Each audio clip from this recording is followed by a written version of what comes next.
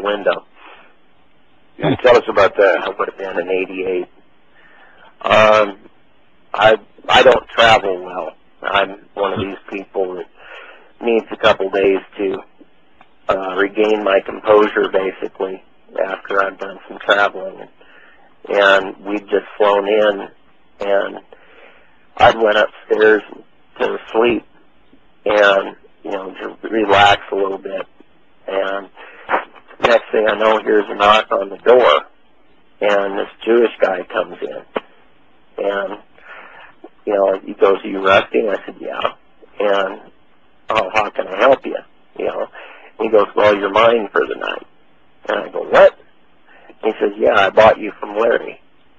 And I went ahead and went in. I had my clothes in the bathroom, and I luckily had my billfold and clothes in there.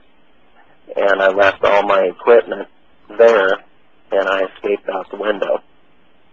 And I went home, got everything out of my apartment, and I went and hid in an abandoned farm place. Wow. For going on a year, and no running water or anything like that. Huh. And you think Larry King was looking for you? Oh, I know he was. I know he was. Well, Russ, you said you went up the second floor at the hotel, but you went out the window. Did you drop down to the ground from there, or what? Yeah, I jumped out the window. It was at the house on Embassy Road. Oh, it was at the house. Yeah. But that wasn't a hotel room, I thought. No. So you didn't have to go fall on a whole flight of stairs or anything? No. Okay. No. And so anyway, I got out there, and it was pretty touchy. And then after the Franklin deal blew up, yeah, it got the news and all that there for a while. It made international news, and then here came, it was around New Year's, I believe. I started getting lonely out there by myself on that farm. So I thought, well, I'm going to go to the Max. That was that bar that I'd been taking the pictures out of the drag queens for New Year's Eve. And I did. And lo and behold, I got to talking to some of the old friends, and they asked, well, where are you living? And I told them. And, oh, yeah, we'll write you this or that. And the next thing, I was getting my mail from a few miles away and that. So next thing you know, here comes the FBI, pounding on Mom's door, and they went ahead and they just ransacked her house without a warrant. And that they were looking for me and for pictures and whatever else. Well, they came back again, done it to her again, and she told them where I was at. So they came over and they ransacked my house. And interviewed you. Yep. And they got me all worried and that, and put on the spot. And then they went ahead and here's a 2-story house, and they just ransacked the main floor. They didn't even go upstairs. And lo and behold, if they would have went upstairs, they would have got much of what they were looking for pictures of that, the who's who and that. But the other thing is they didn't go through any of the outbuildings, the barns, the haystacks, or anything else that are on a farm that you'd normally hide stuff in. Why do you think they didn't? To scare me. To harass you. Harass me. Keep my mouth shut. Wow. And it ended up a lot of problems in the family because of that. And right now, Dad and I are not even on speaking terms. Rusty, then you left there, didn't you? What's that? You left the farm then. Yeah, I got kicked off the farm because of that. Oh. So I ended up going on the road. And, well, actually for a while, I lived in Lincoln, about a mile away from the state capitol, where all the different things were being investigated by the unicameral, which is we have one body of legislative government here in Nebraska. Yeah. And it's like your Senate and House combined. And they were doing all these investigations into it, and they were looking for me high and low, and they couldn't find me, and here I was a mile away from the state capitol. The police even came to my door one night. I was having an art show. And so anyway, Did they know who you were? What? Yeah, they knew who I was. They took my driver's license even. Wow. And, you know, I thought, oh my God, it's all over with. And they harassed me for about 15 minutes and then let me go back in to my home where I had the art show in my studio. And it was just a matter of moments before the whole place cleared out because nobody wanted to be around me because the cops. Yeah. Boy, and so that pretty much ruined my chances of making any money off of the art show. I didn't sell a thing that night. So then where did you go after that then? Well, I went on the road. I went ahead and I knew things weren't quite right, and I just went on the road, and I never stayed in any one place for much more than 3 weeks. Wow. I would lived in my van, washed windows, and did odd jobs or worked temp jobs somewhere for daily work, daily pay, you know, basically for nothing. Did you get paid by cash, or you have to give your Social Security number? Oh, you had to give a Social Security number. Okay. How long it took me to catch up with you? About 3 weeks, huh? Yeah. And, you know, when I could get a sense of when I was being followed. And if I felt that I was being followed, I'd be 500 miles away by morning. Wow. Yep. Now, Rusty, this went on for how long, and or is it still going on? Because I know you also just recently had a lot of legal problems, right? Oh, yeah. They threw me in jail right after Valentine's Day, 2 days after Hunter Thompson. Now, just talking about Hunter Thompson, had you ever seen him, like up at Bohemian Grove or anything, filming any of the snuff films? Well, he tried to get me to do a snuff film for him. Hunter Thompson did. Brokered the deal. Yeah.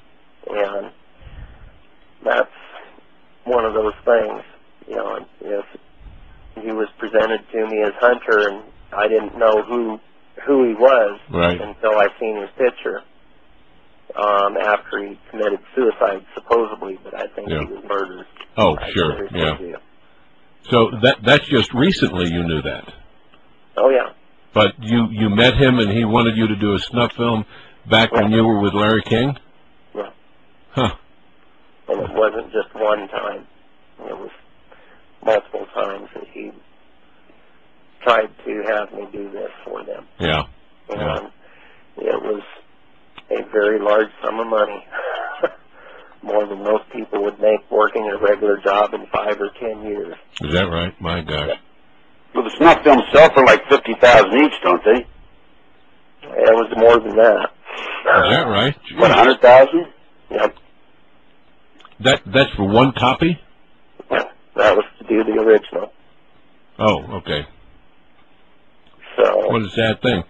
Rusty, tell everybody what has happened, what the government has done to you, because I want people to know literally the sacrifices that you and your life now has given in order to follow this and not do what you know is wrong, but because I know you're having a problem right now, and I'd like people to help you out. Oh, I appreciate that. I have a lot of health problems as a result of this. Yeah, tell them about them running over you, Rusty. Oh, yeah. What was this? Portland, Oregon. I was riding my bike, and a car came driving up behind me at about 50 miles an hour, and they opened their back door as I was going over railroad tracks and hit me with their car door. And I fell off my bike and hit my head on a railroad track. And I now have epilepsy from that seizure disorder. And you can't drive? Yeah, they took my driver's license away, and it's really not a good deal. I have to rely on other people for everything. You know, I take over $4,000 a month in medication. Yeah.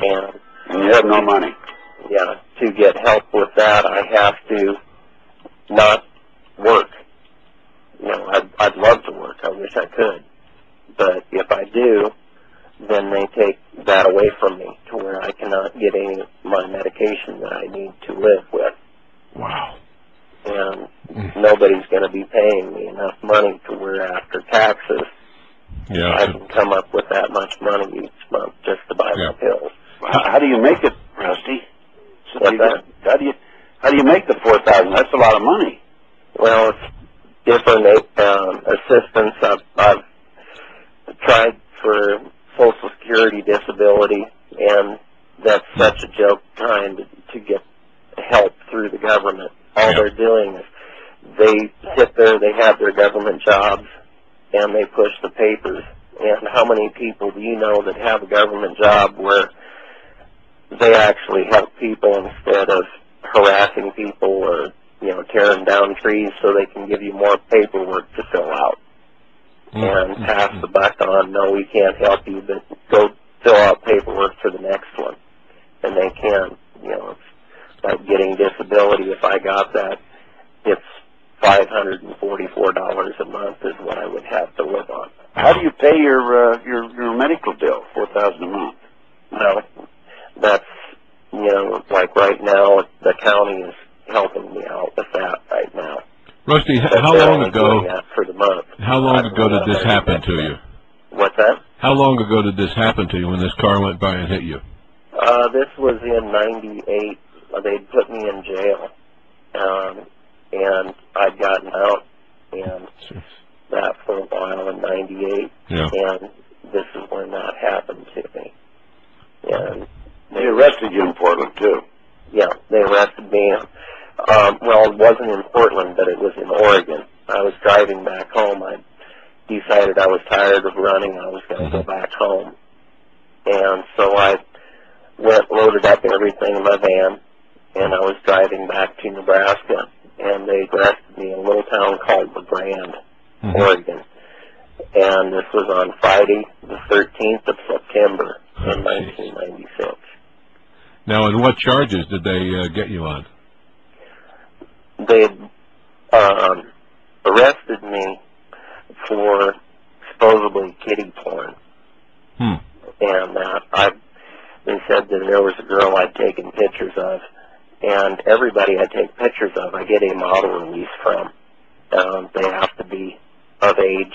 They have to provide an ID. Right. And if at all possible, that's even notarized. Okay. And, you know, they could not produce pictures. They would not produce the person. They said it was a minor, so they did not have to go in front of me in court because it would be too traumatizing for them. So I have no idea who this person even is.